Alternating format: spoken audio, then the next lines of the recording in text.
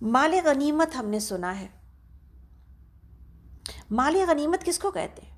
ایک اتنی لمبی اسٹرگل، جد و جہد، کوشش اور تکلیف کے بعد جو راحت آسانی، جو دنیا کی کچھ چیزیں مال کی شکل میں آپ کو ملتی ہیں، اور کسی سپاہی کو ملتی ہیں، اور کسی جو ہے وہ جنگ میں کسی فوج کو ملتی ہے، اس کو مال غنیمت کہا جاتا ہے.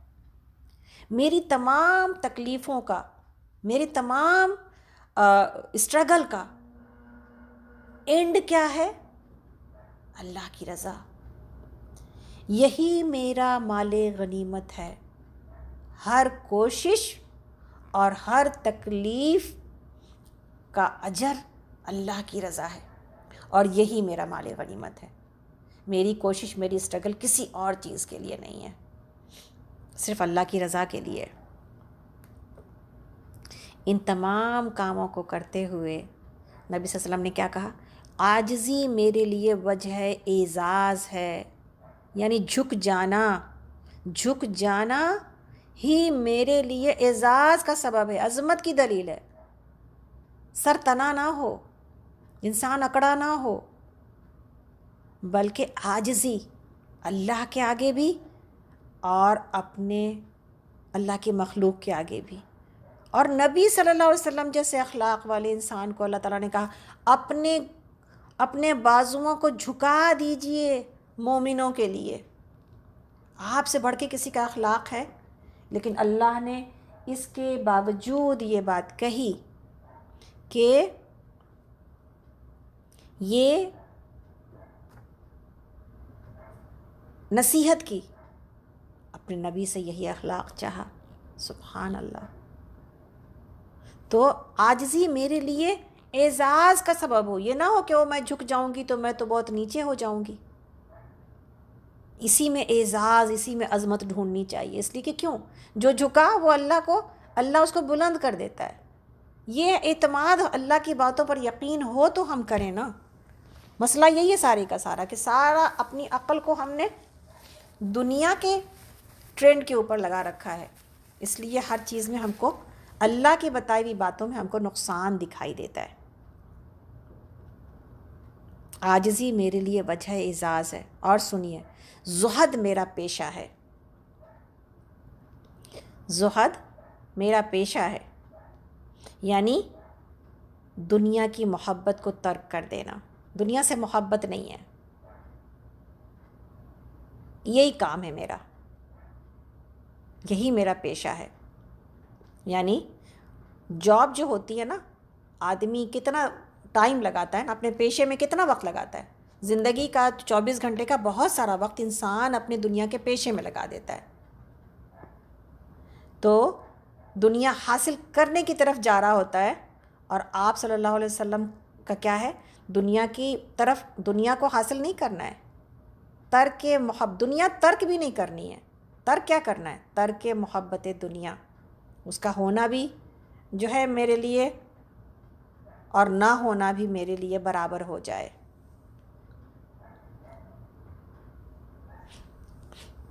جیسے کہ ایک بہت مشہور واقعہ ہے کسی بڑے تاجر کا، کہ جب ان کے پاس یہ بات بتائی گئی آ کر کے کہ آپ کو فلاں جو ہے وہ بزنس میں اتنا فائدہ ہوا ہے، تو آپ نے کہا الحمدللہ. اور پھر جب آپ سے یہ کہا گیا کہ آپ کا کوئی بحری، بعد میں آپ کو یہ خبر دی گئی کہ کوئی بحری بیڑا جو آپ کا آ رہا تھا، کوئی شپ جو آپ کی آ رہی تھی سمندر میں، وہ اتنے سامان کے ساتھ ڈوب گئی، تو آپ نے کہا الحمدللہ. لوگوں نے پوچھا آپ نے دونوں باتوں میں الحمدللہ کیوں کہا؟ تو آپ نے کہا کہ ایک چیز اللہ نے مجھے نعمت کے طور پر دی تو اس پر میں نے اللہ کا شکر ادا کیا، اور دوسری اللہ نے لے لی تو میں نے اپنے دل میں کوئی تنگی نہیں پائی. اگر اللہ نے یہی لکھا تھا میری قسمت میں، یا اس کو اسی طرح ہونا تھا، اللہ کی رضا پہ میں راضی ہوں، تو اللہ کی رضا پہ راضی ہونے پر میرا دل اس پہ راضی تھا، میں نے الحمدللہ کہا.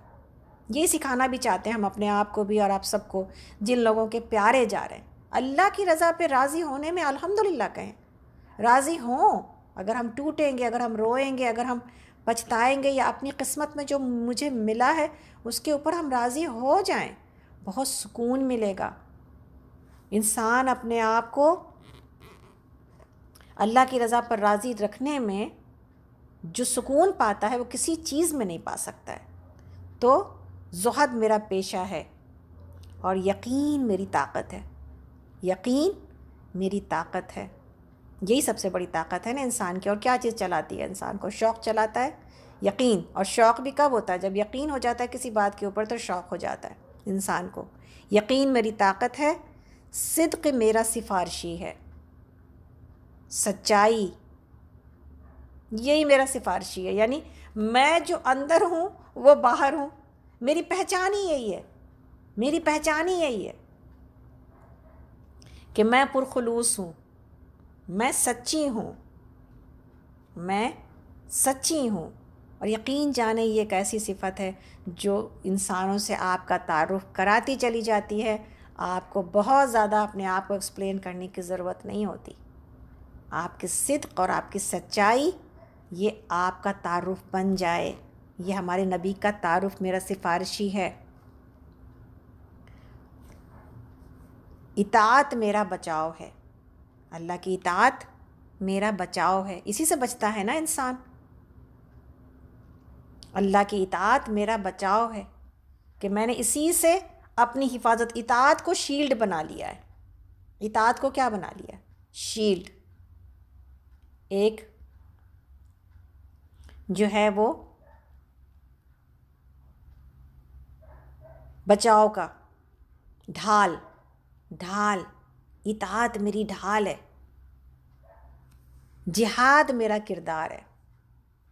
اسٹرگل کرنا، مستقل اسٹرگل ہے اپنی زندگی میں بھی، اپنی ذاتی زندگی میں بھی، اپنے ماحول میں بھی، اور اللہ کے کلمے کے لیے اگر تلوار اٹھانی پڑی تو پھر اس کے لیے بھی. یہی میرا کیریکٹر ہے، کنٹینیوس اسٹرگل.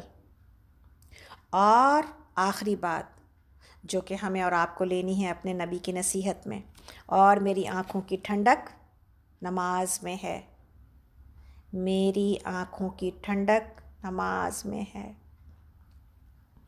اور میری آنکھوں کی ٹھنڈک نماز میں ہے. یہ تلاش کرنا ہے ہم کو اور آپ کو. اسی طرح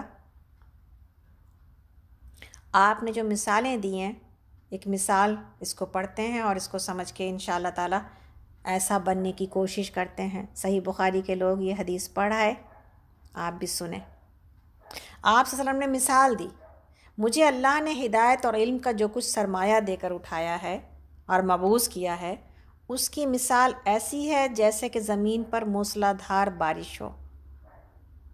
ہدایت کی مثال موسلا دھار بارش سی ہے. پھر اس زمین کا جو ٹکڑا بہت ہی زرخیز ہے،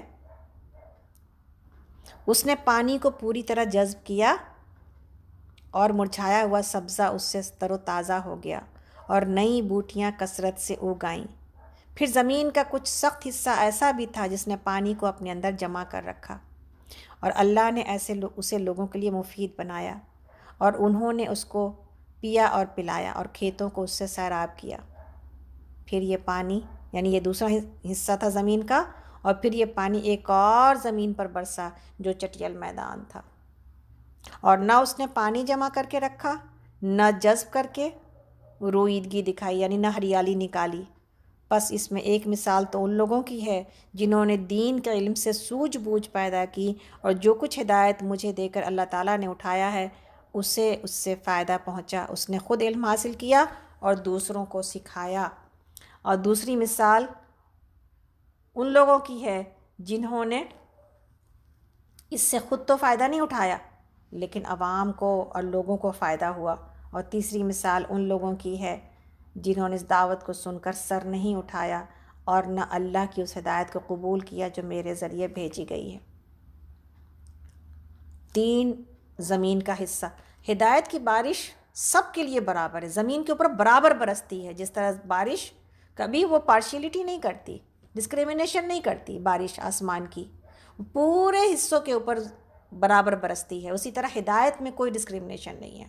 گورا کالا، امیر غریب، عورت مرد، کوئی امریکہ کے اوپر برسے یا کسی سلم کے اوپر برسے، اس کے اندر اتنا ہی فیض موجود ہے. تو ہدایت بھی ایسی ہے، ہدایت بھی ایسی ہے. اب ہم اور آپ زمین کا کون ٹکڑا، کیسا ٹکڑے ہیں، یہ ہم کو اور آپ کو ڈیسائیڈ کرنا ہے. کیا ہم ایک ایسی زمین کے حصے ہیں، یا ہدایت کے اعتبار سے ہم ایسے انسانوں کا حصہ ہیں جنہوں نے علم کو سیکھا ہے، عمل کیا ہے اور لوگوں تک پہنچایا ہے، جذب کیا ہے اور پھل اور برگ و بار نکلے ہیں، انسانیت کو فائدہ ہو رہا ہے، ٹھنڈک پہنچ رہی ہے، بھوک مٹ رہی ہے، پیاس مٹ رہی ہے. کیا ایسا ہو رہا ہے؟ اگر ایسا ہو رہا ہے تو انسان کو شکر ادا کرنا چاہیے. اور اگر یہ نہیں ہو سکا ہے تو کیا کم سے کم اتنا ہو سکا ہے کہ اگر میری ذات کو فائدہ، یہ پسندیدہ نہیں ہے، لیکن کم سے کم اگر عوام کو فائدہ پہنچے، لوگوں کو فائدہ پہنچے، تو اس کو بھی کہیں نہ کہیں اللہ سے امید ہے کہ شاید اسے معاف کر دیا جائے. لیکن ایک حدیث موجود ہے جس کو کہ بتا دینا ضروری ہے کہ سب سے پہلے انسان کو خود عمل کرنے کی ضرورت ہے، اور خود کو اپنی ذات کو فائدہ پہنچانے کی ضرورت.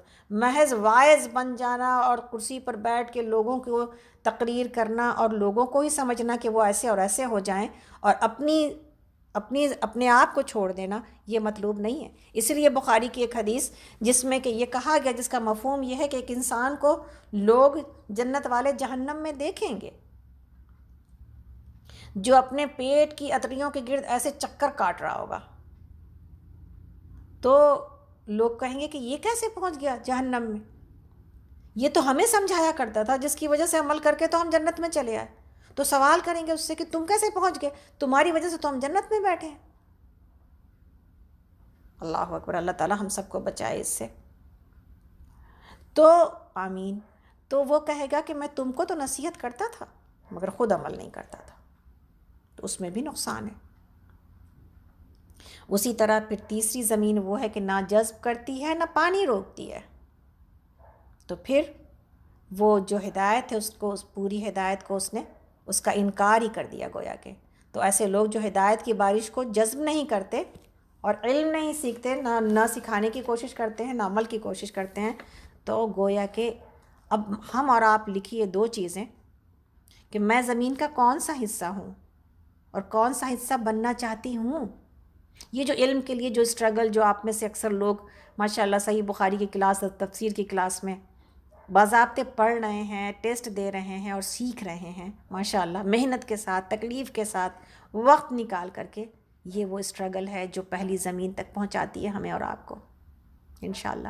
جو لوگ لسنر ہیں ماشاءاللہ، منڈے کے درس میں آتے ہیں، سنتے ہیں، عمل کرنے کی کوشش کرتے ہیں، الحمدللہ رب العالمین، آپ بھی بہت قیمتی ہیں اللہ کی نظر میں، اور میرے دل کے اندر بھی بڑی قدردانی ہے جو آپ سب آتے ہیں اور سنتے ہیں، اور جس کی وجہ سے ہمیں موقع ملتا ہے کہ ہم زیادہ سے زیادہ آپ کو بتانے کی اور خود آپ تک اچھی بات، قیمتی باتیں، عمل کی باتیں، جس سے کہ ہم سب مل کے کامیاب ہو جائیں، اس تک پہنچانے کی ایک دروازہ کھلا ہوا ہے. لیکن اللہ نہ کرے کہ ہم میں سے کوئی ایسا ہو جائے جو یہ کہے کہ بس سنا مگر مانیں گے نہیں. تو آپ صلی اللہ علیہ وسلم کا جو انداز گفتگو تھا، اس کو اگر قرآن کے جملے میں اگر سمیٹا جائے تو کیا کہا جا سکتا ہے؟ قولوا للناس حسنا، قولوا للناس حسنا، لوگوں کو خوبصورت باتوں کے ساتھ بات کی جائے، ڈانٹ کے، ڈپٹ کے، محبت کے بغیر، تنقید کے ساتھ، ایک انداز اور ایک تکلم کے ساتھ، اور ایک جو ہے کیا بناوٹ کے ساتھ. آپ صلی اللہ علیہ وسلم کی تمام بڑائی کے باوجود جو آپ کے اندر سادگی پائی جاتی تھی، آپ نے بناوٹی کلام کے بارے میں کیا کہا صلی اللہ علیہ وسلم؟ آپ نے فرمایا تم میں سے قیامت کے روز وہ لوگ مجھ سے انتہائی دوری پر ہوں گے جو بڑے بولنے والی یا باتونی اور گھمنڈ جتانے والے لوگ ہیں. تو آپ دیکھیں، اتنا سیکھنے سے انشاءاللہ ہمیں امید ہے کہ آپ سب ہم سب انداز تکلم کو ہم چینج کریں گے انشاءاللہ تعالیٰ، انشاءاللہ رب العالمین. اور ہم اللہ نبی صلی اللہ علیہ وسلم کی اس بات پر غور کریں گے. یہ انشاءاللہ تعالیٰ ہم اس کو تصویر کھینچ کے آپ کو ہم یہ بھیج دیتے ہیں جو نبی صلی اللہ علیہ وسلم نے اپنے دین کو جو ڈسکرائب کیا ہے اور جو آپ نے اس کا مختصر ایک نقشہ کھینچا ہے، یہ آپ کی نظر میں ہونا چاہیے. اور انشاءاللہ اسی طرح اپنی تکلیف کے اجر کے اوپر کو سوچتے ہوئے اپنے تکلیف سے گزر جانا ہے انشاءاللہ اجر کی امید پر انشاءاللہ تعالیٰ. اپنے آپ کو زیادہ سے زیادہ علم کے لیے، سیکھنے کے لیے اللہ کے راستے میں، اس لیے علم جنت میں، علم کا راستہ جنت کا راستہ ہے. جو ہم سیکھ رہے ہیں، جو ہم پڑھ رہے ہیں، اپنے دل میں اللہ کی محبت اور اللہ کے نبی کی محبت پیدا کرنے کی ضرورت ہے تاکہ ہم آخرت میں کامیاب ہو جائیں. ہمارے نبی صلی اللہ علیہ وسلم ایسے بات کیا کرتے تھے، تو ہم انشاءاللہ تعالیٰ اپنے آپ کو اس عظیم نمونہ کامل کے جیسا بنانے کی کوشش کرتے ہیں، اپنی زبان کو قابو کرتے ہیں، اپنی زبان کو اللہ کے ذکر میں لگاتے ہیں انشاءاللہ تعالیٰ. جیسا کہ نبی صلی اللہ علیہ وسلم نے کہا کہ ذکر الہی ہی میرا ساتھی ہے. انشاءاللہ اللہ کے ذکر کو ساتھی بناتے ہیں اسی دعا کے ساتھ کہ اللہ تعالیٰ ہم سب کو جو ہے وہ بہترین انداز تکلم عطا کرے. آمین یا رب العالمین. آپ لوگوں سے اگلے ہفتے ملاقات ہوگی انشاءاللہ تعالیٰ منڈے میں. اسی طرح آگے چلتے ہوئے یہ دعا کرتے ہوئے کہ کچھ لوگ ہمارے پاس بیمار ہیں، تو سب کو خاص طور پر پروین آپا کی فیملی، عطیہ آپا ہماری اور نسرین حق کی فرخ جو دیورانی ہیں، وہ اللہ رب العالمین سے دعا ہے کہ اللہ تعالیٰ ان سبوں کو شفاء کاملہ عاجلہ نصیب کرے. ڈاکٹر جبین صادق کا پروگرام ہو رہا ہے تھرسڈے کے دن. اس تھرسڈے کو تو کوشچن آنسر سیشن ہے، اس ہفتے نہیں ہوگا، لیکن 3 o'clock میں یہ ماشاءاللہ سے ڈاکٹر جبین صادق ہمیں بتا رہی ہیں گھریلو علاج کے ذریعے کیسے اپنا علاج کیا جا سکتا ہے. اور بہت ساری باتیں اتنی انٹرسٹنگ ہیں اور اتنی قابل عمل ہیں جو ہم بہت آسانی سے اپنے گھر میں بیٹھ کر اپنا صحت حاصل کر سکتے ہیں. آپ کو آڈیوز سکینت پر بھیجی جا رہی ہیں. جو لوگ کے چاہتے ہیں کہ سکینت پر وہ موجود نہیں ہیں، ان کو آڈیوز چاہیے انشاءاللہ، اگر سکینت سے ہمارے پروگرام کے اعتبار سے یا ڈاکٹر جبین صادق کا، تو وہ ابھی انہوں نے پچھلے ہفتے جس پر بات کی تھی وہ تھا ایگزیما کے اوپر، سورائسس کے اوپر اور املی کے فوائد کے اوپر، جس سے کہ بہت زیادہ کس طرح املی ہمارے امیون سسٹم کو اور ہماری صحت کو کیسے بڑھاتی ہے اور کتنی ساری چیزوں میں کام آتی ہے. تو انشاءاللہ تعالیٰ ان تمام باتوں کو ضرور سنیے اور دیکھیے. اور ہم اس کا بتا دیتے ہیں افشین کا فون نمبر دوبارہ سے، کہ تاکہ آپ کو آڈیوز مل سکیں جو کہ سکینت میں نہیں ہیں، اور جو لوگ ہیں وہ لوگ ضرور اس سے فائدہ اٹھائیں. 858 افشین عارف کا ٹیلیفون نمبر ہے 858-356-7294. تو ضرور آپ لوگ کوشش کریں. اسی طرح کل صحیح بخاری کی کلاس ہوگی، اور کل ہم لوگ حفظ کی کلاس کریں گے انشاءاللہ تعالیٰ 3 بجے سیم کانفرنس روم کے نمبر پر، شکاگو کے ٹائم 3 بجے انشاءاللہ تعالیٰ. تو چھوٹی سی دعا کر لیتے ہیں اور انشاءاللہ تعالیٰ. سبحان اللہ و بحمدہ عدد خلقہ و رضا نفسہ و زینت عرشہ و مداد کلماتہ. یا حی یا قیوم برحمتک نستغیث. یا اللہ جو کچھ بھی ہم لوگوں نے پڑھا ہے اللہ اس کے اوپر عمل کرنے کی توفیق عطا کر دیجئے. یا اللہ ہم سب سے راضی ہو جائیے. یا اللہ ہمیں اس دنیا میں آپ کی اطاعت کے اوپر، یا اللہ آپ سے محبت اور اللہ کے نبی صلی اللہ علیہ وسلم سے محبت کی یا اللہ توفیق عطا کر دیجئے. یا اللہ ہمیں بھی نبی صلی اللہ علیہ وسلم کے جیسی یا اللہ معرفت عطا کیجئے. یا اللہ ہمیں بھی دین کے اوپر صحیح چلنا نصیب کر دیجئے. اے اللہ ہمیں بھی محبت عطا کر دیجئے. اے اللہ ہمیں بھی شوق عطا کر دیجئے. اے اللہ ہماری زبانوں پر بھی اپنا ذکر جاری اور ساری کر دیجئے. اے اللہ ہمیں بھی صبر عطا کر دیجئے اس دنیا کی زندگی میں یا رب العالمین. اے اللہ ہمیں اپنی نعمتوں کے اوپر صحیح شکر ادا کرنے والا اور ان دنیا کی کسی بھی چھوٹی سے چھوٹی بھی اور بڑی سے بڑی تکلیف پر صحیح معنوں میں صبر عطا کرنے والا بنا دیجئے. اے اللہ ہمیں ایسا بنا دیجیے جیسا آپ ہمیں دیکھنا چاہتے ہیں یا اللہ. ہم میں سے جو کوئی بھی بیمار ہیں اس وقت یا اللہ ان سبوں کو بہترین شفائے کاملہ عاجلہ سے نوازیے. اے اللہ ہماری پروین آپا کی پوری فیملی جہاں جہاں پر بھی بیمار ہے اللہ ان سبوں کو شفائے کاملہ نصیب کیجیے. ہماری عطیہ آپا اور حبیب بھائی کو بہترین شفائے کاملہ عاجلہ سے نوازیے یا اللہ. یا اللہ ہمارے نسرین حق کی فرخ جو دورانی ہیں اللہ ان کو بھی بہترین شفائے کاملہ عاجلہ نصیب کیجیے. اللہ ہم میں سے جو کوئی بھی بیمار ہے اس بیماری سے یا کسی بھی طرح کی بیماری سے اللہ ہر کسی کی ہر تکلیف کو یا اللہ دور کر دیجیے. عذب الباس رب الناس اشفی وانت الشافی لا شفاء الا شفاءک کا شفاء لا یغادر سقما یا رب العالمین. اے اللہ ہم میں سے جو کوئی آپ کے پاس پہنچ گئے ہیں اللہ ہمارے جد امجد ہمارے مائکہ ہمارے سسرال ہمارے والدین ہمارے ساس سسر ہمارے تمام یا اللہ جد امجد کو بخش دیجیے یا اللہ. امت کو ہدایت عطا کر دیجیے یا اللہ. ہمیں زمین کا وہ بہترین حصہ بنا دیجیے جو آپ کی ہدایت کو جذب کرتا ہے یا اللہ. یا اللہ ہم سب سے راضی ہو جائیے یا اللہ. ہم سب کو بولنے سے زیادہ عمل کرنے کی توفیق عطا کیجیے یا اللہ.